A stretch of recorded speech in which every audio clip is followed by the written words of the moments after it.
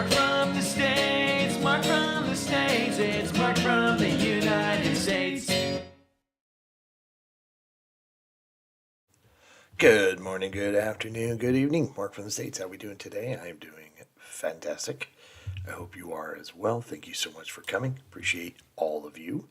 Thank you for coming. I've got this couch here. Come with me as we learn about, or as I learn about, Bristol. I don't know if I've done a video that has Bristol as the main focus before. This is Magic Geekdom. Of course, there are friends of our channel. We did an interview with them. If you didn't know that, go back and check that out. Wonderful. They have made it back. I don't know if you know this. They've made it back to your beautiful lands, and they are in Bristol. This was from a couple weeks ago, and it was requested. So, boom, boom, boom. Love it. Love it when stuff requested and suggested is from people who have given us their permission to learn from their videos. Before we go, below me, if you just scroll down a little bit, you'll see links. One that will take you to their channel. Go explore if you don't know them or this stuff interests you. Also a link to this video to where you can watch it without me pausing and talking and doing all those things. They're wonderful people. It's important that you support them. And what's amazing that we learned in our interview is they both still have full-time jobs and they can work remote. So they do these videos during the day, and then they spend all night in their hotel room working online, doing their well, not technically a day job, but you know what I mean, their main job. So they're pretty incredible people, and they're just good humans. So I encourage you to get over there and support them. If you have one subscription and one like to give today, please go give it to them. Karen and Jeremy are just wonderful, and they deserve everything that comes for them, all the love, and they deserve it. They're just good. Good. So, sit with me and let's learn about Bristol. Here we go.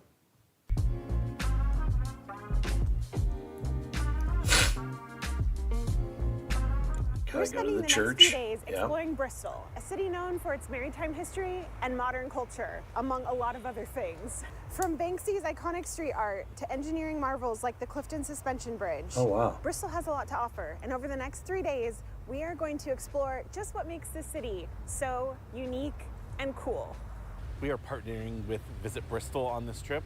So if you are planning a trip to Bristol, use the links below to get information and help planning your trip. That's a great suggestion. Bristol, not too familiar with how far it is. Of course, like everyone, it's in relation to London. How far is it from London, all this stuff. I can look on a map, so you don't need to totally answer that for me. I can do some legwork myself. But it's a pretty good sized place, though. It's amazing how many town names we have here in the States that have basically just copied all of you guys. Of course, we have a few. Bristol, Tennessee, Bristol, Connecticut. I'm sure there's a Bristol somewhere else that's not as, known. Here in the States, we tend to use it over and over and over. But Bristol, UK, all right. Bristol, England. Looking forward to this. We each got ourselves a pasty, Of course. had an excellent latte. Now it's time to explore the city. And already, I love it here. I think we've seen a lot of kind of cool things. Like there's really old neat buildings, there's really new modern buildings. There's a building that looks old but also has a unicorn statue on the top. There's just a lot to take in so far. And I think what we're doing next is a really good way to acclimate ourselves to the city, and that's by taking a walking tour. From Blackbeard to Banksy is the name of the tour that we're taking. And our tour guide, Teresa, is fantastic. She's shown us our first Banksy, which we were both very excited about. Now, Banksy, I don't know too much about this person. I know they're a pretty famous artist who has dotted the landscape with a lot of his artwork. I think we did a video where it was of his hometown or something. Don't remember too much about it, but it's I don't know. I guess he's really popular. I haven't gotten into that part of this, but the Blackbeard definitely has me intrigued. Old Edward Teach, right? We learned all about Blackbeard. We saw Edward a very Teach. old pub that had human skin on the door. I guess What? You have to touch the skin door. Okay. I mean, I guess I'd have to touch it. Yeah. That's wild. She took us around and showed us all sorts of street art. There was a street that was full of huge murals. Dang. She took us down an alley that had a bunch of like tiny street art, and it was just all very cool. We learned all sorts of interesting history about Bristol, including their trade history. We got shown the Bristol nails where trades would take place. This building is the Corn Exchange, The built by a famous architect Wait a minute. called John Wood the Elder. The Corn Exchange.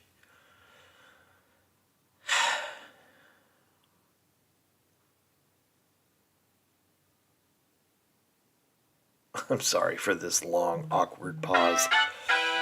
Yeah, I know, right? I mean, thank you for that. It's another request. Let me put this on mute. So, the Corn Exchange. This actually looks, not so much looks, but sounds really familiar. Have we done a video on Bristol already? I'm gonna have to go back and look. I have no idea. I don't remember. And is this where Banksy's from? Oh, Mo. All right. Well, we're gonna keep going. The Corn Exchange seems really familiar to me. So if we've already done Bristol before, I apologize, but that's the thing. I need to see it over and over. And forgive the heater, please. In 1743, and it's where many of the merchants came to trade, including slave traders when they had their produce back. But before 1743, this was more open air. There were a lot of these kind of tables stretching all the way back through. These are called nails. Nails. Bristol nails. And they have the shape of a nail when you look at them. And what they were, historically, before the Corn Exchange was built, was where you did trade. You'd have a sample of something, you put your tobacco here, there would be other traders. You see the other tables? Yeah. A discerning shopper would go around and look at different tables, and then they might come back to you and say, what is the price of your wad, your wad of tobacco? And you say, oh, it's such and such. And he says, fine, okay, I'm a tobacconist, I run a shop, I need 100 of these. And he would say, yes, I've got 100 of them on my ship, yeah. They would say, I require payment on the nail. This is called a nail. The English expression payment on the nail, which means cash in hand, or immediate payment, it comes from these nails. And it means that he would trust the seller. She packed a lot of information into 2 hours. I think we feel like we have a better bearing in the city now, and we've got to go check some more stuff out. Now that we know all about the city, Oops, gotta put the sound back on. It sounds familiar to me. The Corn Exchange, the nails, not so much. A lot of trust when you had to deal like that, but back in the day. But the Corn Exchange still feels like I've learned that before. But really cool. Something that would be a tour I'd want to do for sure. let's go outside of the city because there's a very important landmark that we have to see while we're here.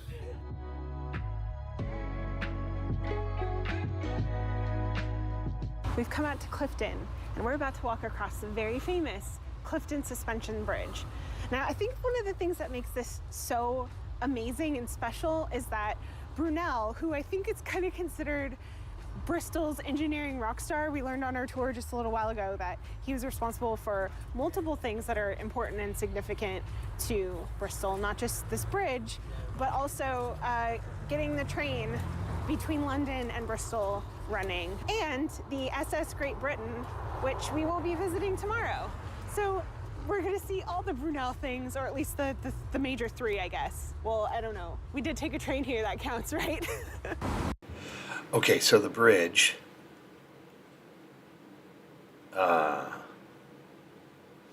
Brunel, yeah. Yeah, the bridge sounds familiar too. And of course, the ship as well. Gosh, this seems so familiar to me. I'm glad I'm seeing this though, because it just needs to be hit home for me for it to really take hold.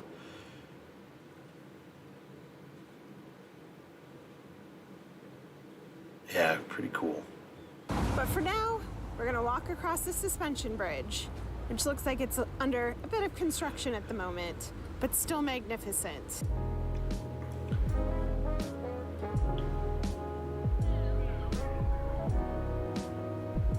Oh, here we go. Oh, darn it.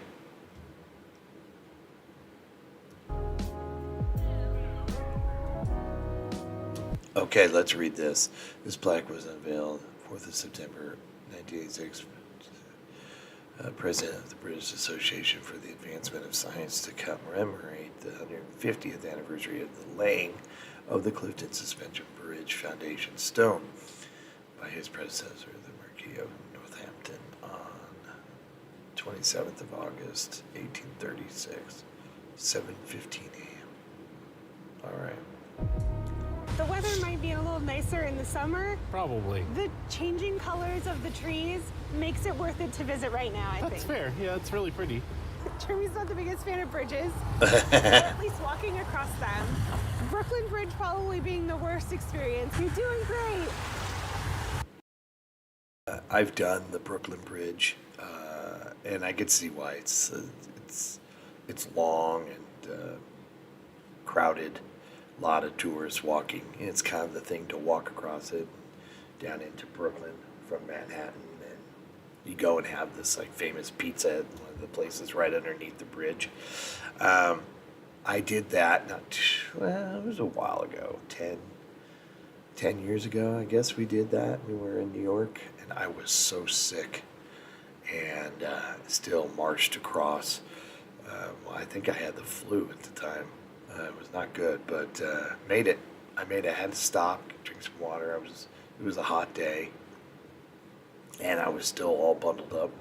But yeah, I could see Jeremy's apprehension with the Brooklyn Bridge for sure. We're almost there. Good job. You did it. Good Proud of job. you. It's much windier on this side. Let's go cross it again.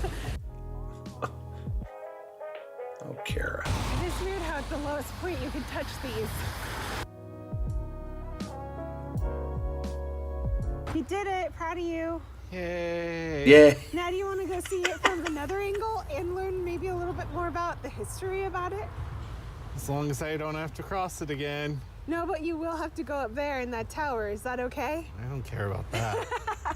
Okay. When there's a place selling hot drinks right outside the bridge, you get a hot Yeah, drink. it looks chilly. Is exactly what I got. I got a latte.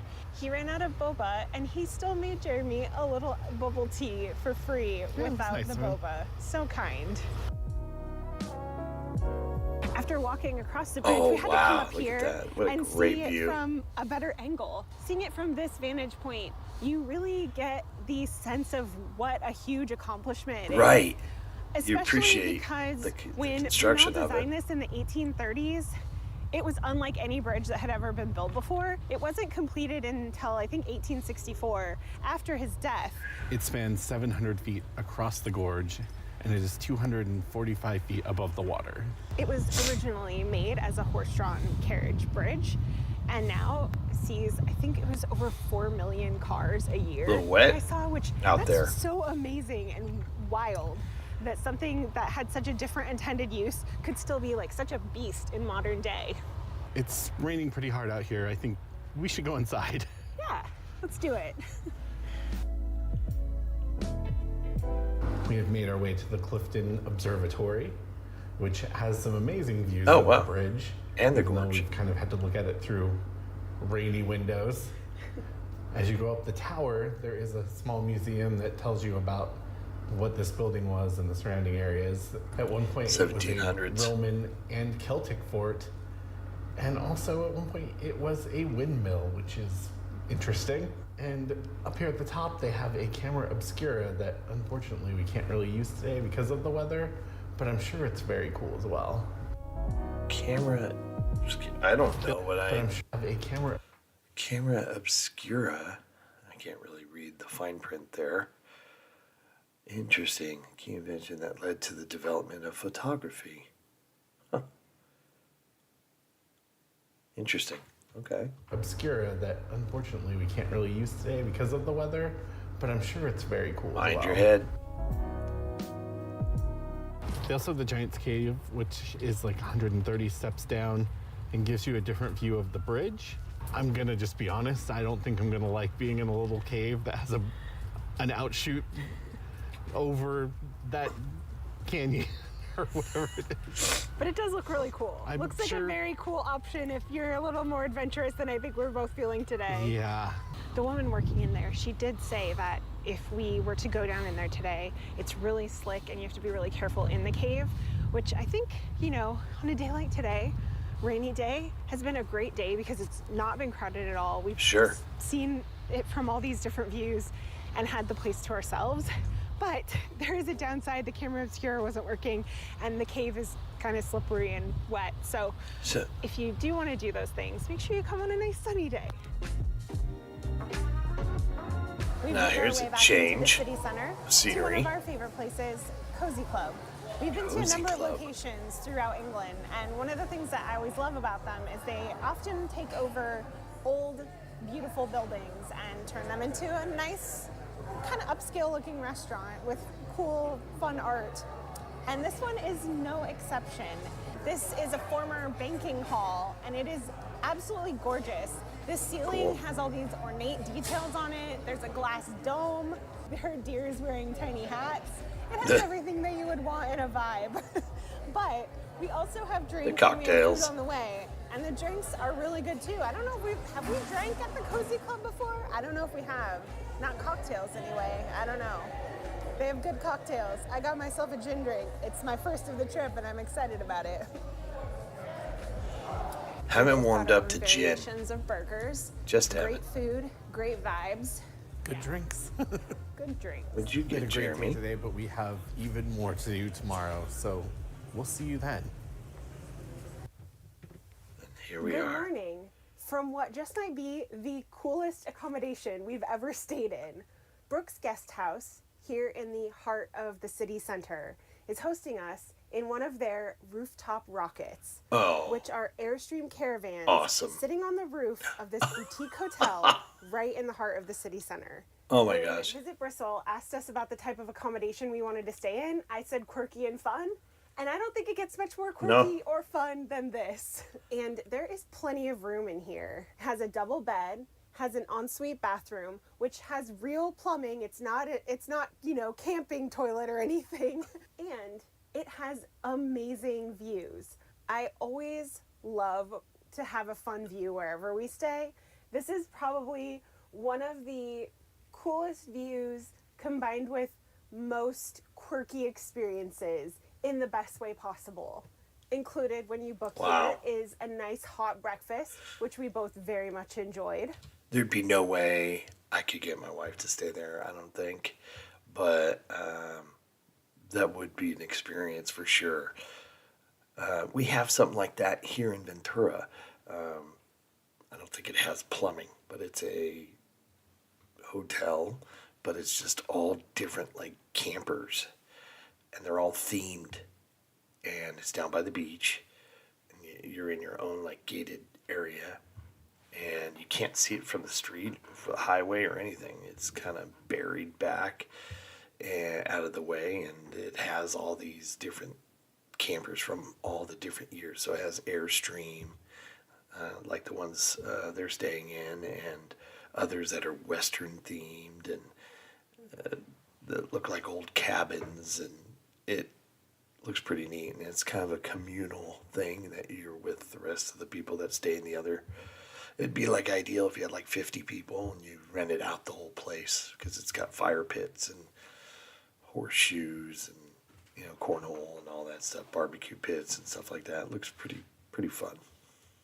They have a lovely courtyard garden, which we might not get to enjoy this time.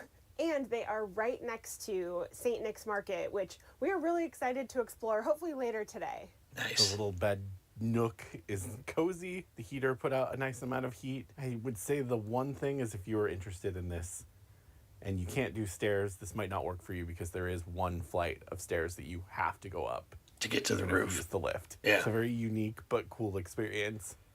And Totally. it's snowing right now. That is something. This is our first time No. experiencing snow in England, so that is exciting. Snow, rain, whatever we experience today, we are gonna have a lot of fun today. Let's go explore more of the city. That is awesome. Look at that. We've made our way down to the harbor side. We just talked to some schoolgirls who were surveying us about our trip here so far. Love the And jacket. they told us that this area used to be pretty run down, but they've really regenerated it more recently. And it makes sense. This whole area used to be a busy working port, and ships would come from all over the world here. Now it seems like it's definitely been transformed into this cool cultural hub. You can still see all of that maritime heritage all around, which is why we are visiting the SS Great Britain, which is one of Brunel's great masterpieces. We're about to walk around, go on the ship, and just learn more about it. The gentleman working told us to look out for the talking toilet. I'm not sure what that is, but I'm Talking. excited to find it. He said children usually are excited about it, But but adults we're too. the two adults that'll be into it. An interesting thing about the ship is that it was steam powered and wind powered, and they have a mechanism to raise the propeller out of the water when they were using the wind power, so the propeller wasn't causing drag. That's so interesting. I think that might have been your favorite part. pretty was cool. being That is able cool. to move the mechanisms and make the propeller go up and down and such. And now we get to actually board the ship.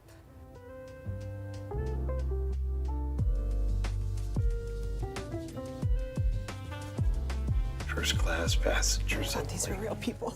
I was like, what's going on in here, guys?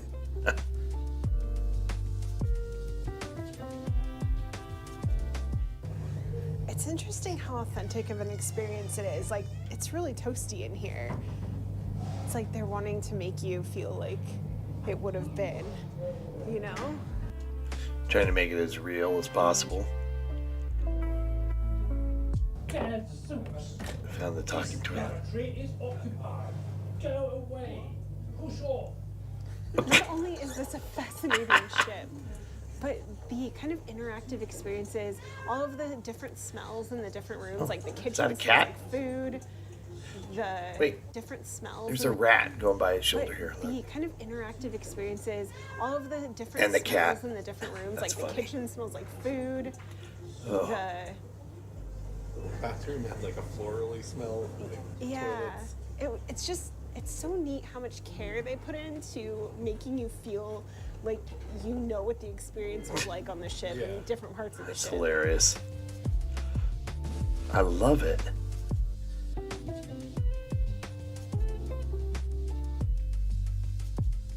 What an incredible ship and what a fantastic museum. I think maybe perhaps the most fascinating part of all of this ship was left abandoned in the Falkland Islands in the 1880s and was left there until the 1970s when Bristol said, hey, let's get her back. Let's restore her to her original Wow. glory. And that's what they did. It sits in the same dry hole that it was built in. So that's pretty fascinating. What an incredible life that this ship has had. It's going to keep on giving. I didn't know Because that. this was one of the highlights for me so far. We've made our way along the harbor down to M Shed, which is Bristol's main city history museum, sitting in what used to be a 1950s transit shed. This museum has over 3,000 objects and personal stories from local people, divided into 3 main galleries: Bristol Places, which shows how the city developed; Bristol People, about local communities; and Bristol Life, covering everything from music and art to industry and food.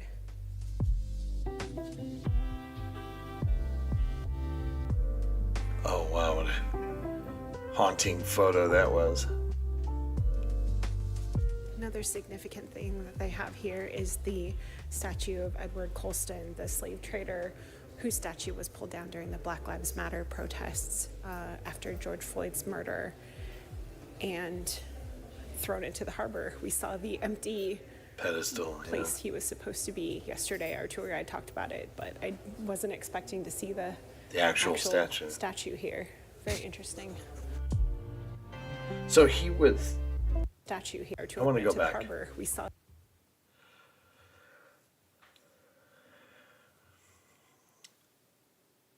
Oh, he was the actual slave trader.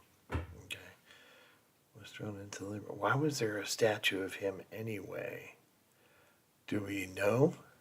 Why originally was there a statue celebrating him? I'm curious if someone has that information. I can't read.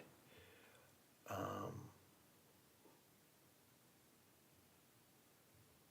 mean, I understand why they did it. I'm not a huge fan of tearing down statues. I would rather add to them and talk about his faults or the negatives as such people, so we can get it all in context instead of trying to just remove it. You know what I mean? So I'm glad they have it here in this museum, so you can, at the time he was obviously in good standing with a lot of people. They created a statue, but I'm not really big on just tearing him down and trying to erase it. I would like to see at least this, the statue itself, to be able to get the full story, George Floyd's murder and thrown into the harbor. We saw the empty place he was supposed to be yesterday. Our tour guide talked about it, but I wasn't expecting to see the actual statue here. Very interesting.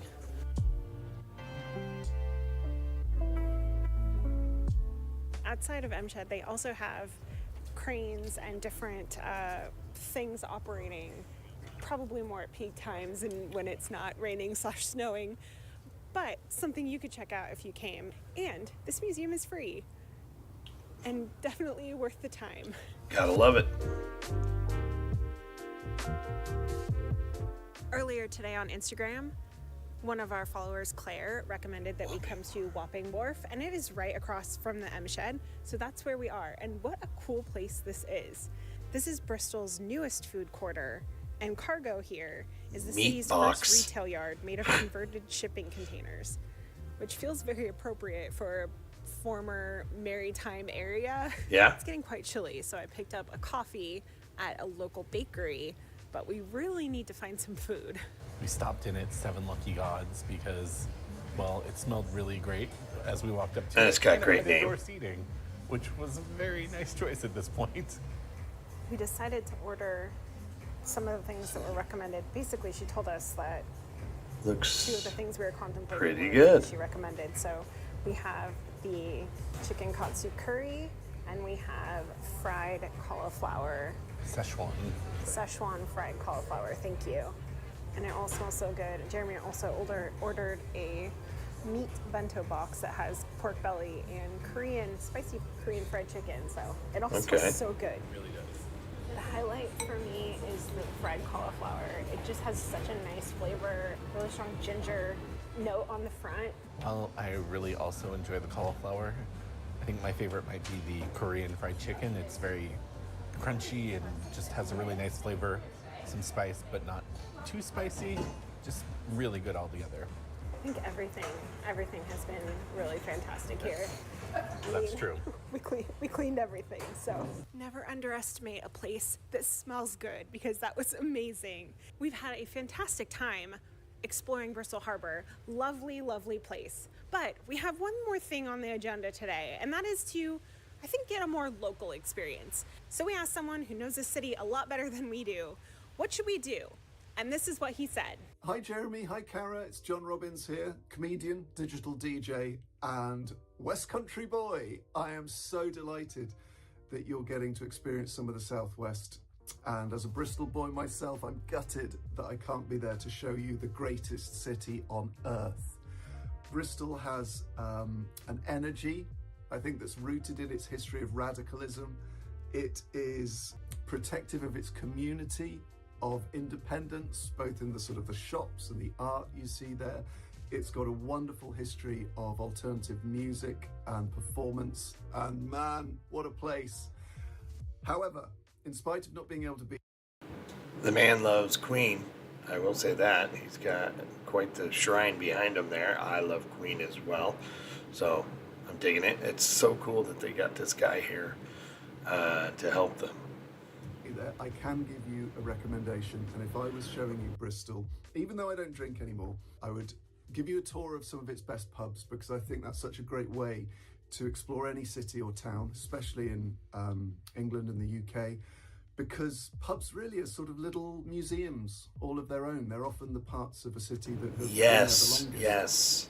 So Second I that. would start at the Hare on the Hill, and I would go then next door to the Hillgrove, where I spent many a night in my 20s with friends.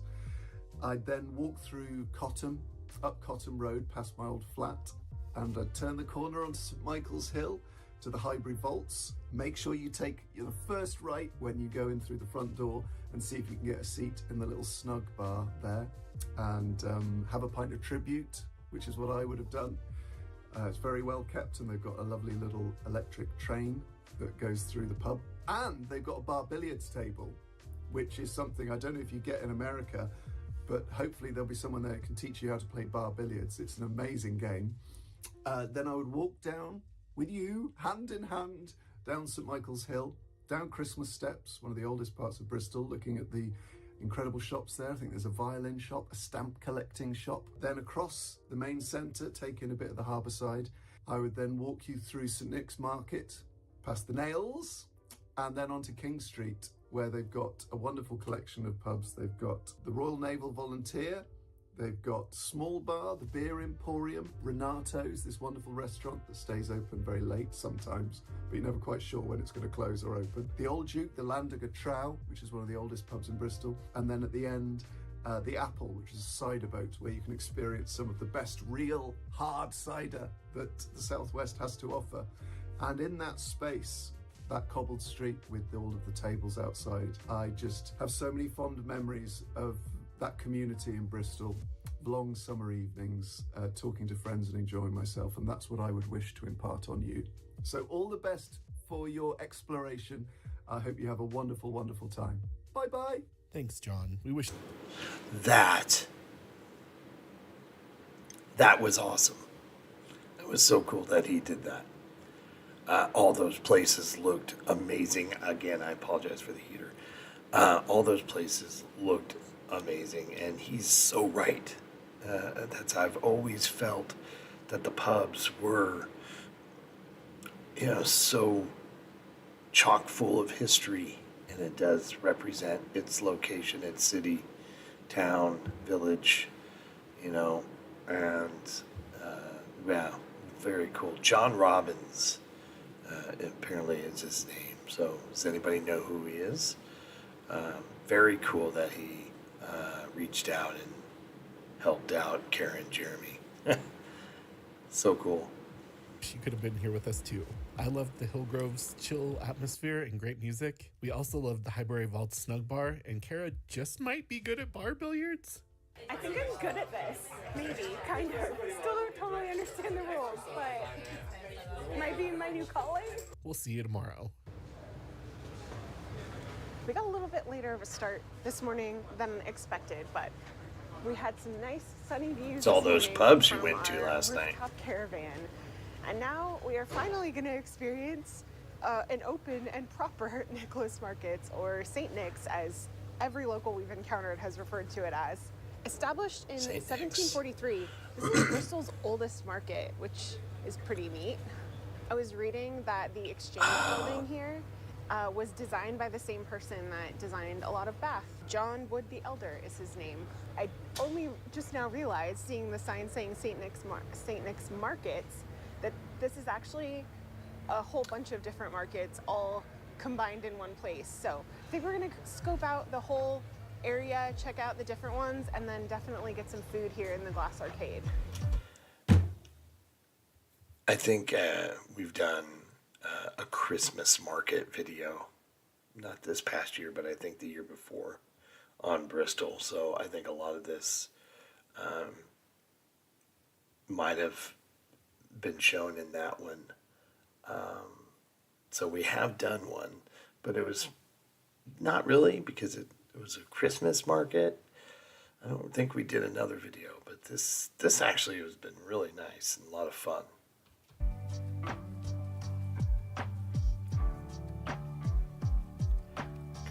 Hot sauce emporium. Jeremy found the one he's excited about. Payback Records. Yep. He loves his music. When a place has stanchions, like there will be a queue, it's probably a good place to try, I right? mean, it's probably a good sign. You ready to have some low and slow barbecue? We have heard that if we're gonna find good barbecue in the UK, that it's here, and I'm really excited to try it. Plus, the person who served us happened to be a viewer who said he found us through Ellis and John. So thank you, Chris. He let us have this on the house, so much appreciated. We are so excited to try this. We got the box that has a little bit of everything, and it smells really good. I'm gonna start digging in. Gotta start with brisket. Do you like how I'm using your fork like they're chopsticks?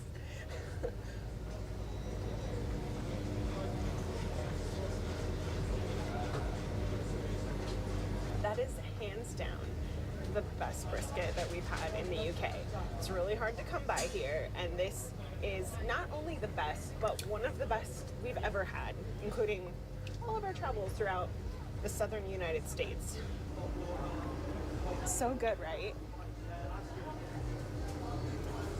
Really nice smoky flavor, super tender. Like, that's some of the most tender brisket I've ever had. That is very good. So in the Awesome. box that we got, it also comes with their pulled pork and their burnt ends, and then you get to choose two The sides. burnt We ends chose are mac the and cheese best. and beans, and all around everything is wonderful. Now I understand why they have the queues and the Yep. popularity that they do, because that was incredible. If you come here, you definitely have to check this place out. That's coming from two Americans who have tried all kinds of delightful barbecue throughout pretty much every state that it's famous for in the US, and this tops them all. So definitely come here. Wow. That's some lofty praise. We had a couple other things we had intended to do today, but between getting a late start this morning and doing a little bit too much shopping in record shops, we are needing to catch our train. But we've had an That's a bummer. incredible time here. People have told us that if we lived in the UK, that we would live in Bristol, and I think they might be onto something, because we Is that really true? enjoyed our time here. Thank you to Visit Bristol for partnering with us on today's video. Thank you so much to John Robbins for helping us plan some things, showing us a side of Bristol we wouldn't have otherwise seen. Thank you to our patrons for supporting our channel, and thank you for watching. If you're new here and you aren't subscribed, please subscribe. And make sure you go check out our video when we went to Bath. It was on our very first trip to the UK, but we had a lovely time and we saw a lot of cool things. It'll be right here, there. They're amazing. Amazing. That was a great video. I really, really enjoyed that. I really did.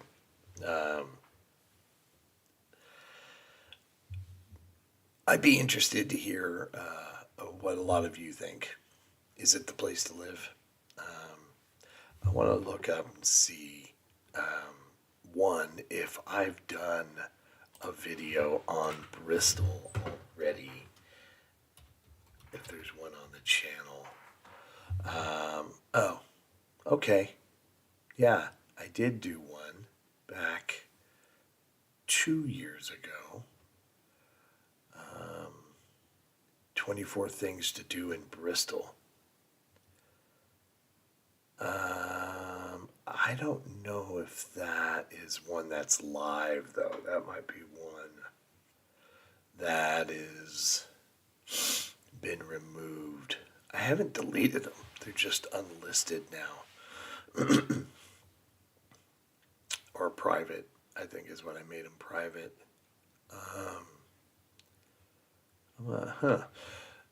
Now let me see how far it is. Obviously, I remembered some things. I don't remember other things. Looking at a map here, I'll let you dart out if you care to, but it's not that big of a deal. Okay. Okay. It's closer to Wales. I think I knew that. It's near Bath. So, definitely be worth, if you were to do a trip, you can spend a week, Bath, Bristol, and go across the water to Cardiff. Yeah. Pretty cool. Pretty cool. Hey, thank you so much for coming. I appreciate all of you. Speaking of statues, Winston Churchill is now back in the Oval Office. His bust has been returned. Seems like Obama had it removed. Then Trump won and he had it brought back. Biden won when he was in there. He had it removed. Now Trump again has brought it back. So Winston's getting some mileage in and out of the Oval Office. But he is back in the White House. So for whatever that means. Anyway, hope everybody's happy, healthy, and safe. Thanks so much. Please go and support Kara and Jeremy. It's so important that y'all do that. That was wonderful. I really, really enjoyed that and saw a lot of neat things. Really, really has piqued my interest, even though apparently I've done a video a couple years ago on Bristol. I thought we did a Christmas market one as well, but I don't remember. Let me know in the comments or, of course, in email things that I missed or didn't understand or got wrong. And I look forward to that's when I do my learning, you know. You guys are amazing. Take care, and we'll see you soon. All right, bye. Mark from the States, Mark from the States, it's Mark. And he's from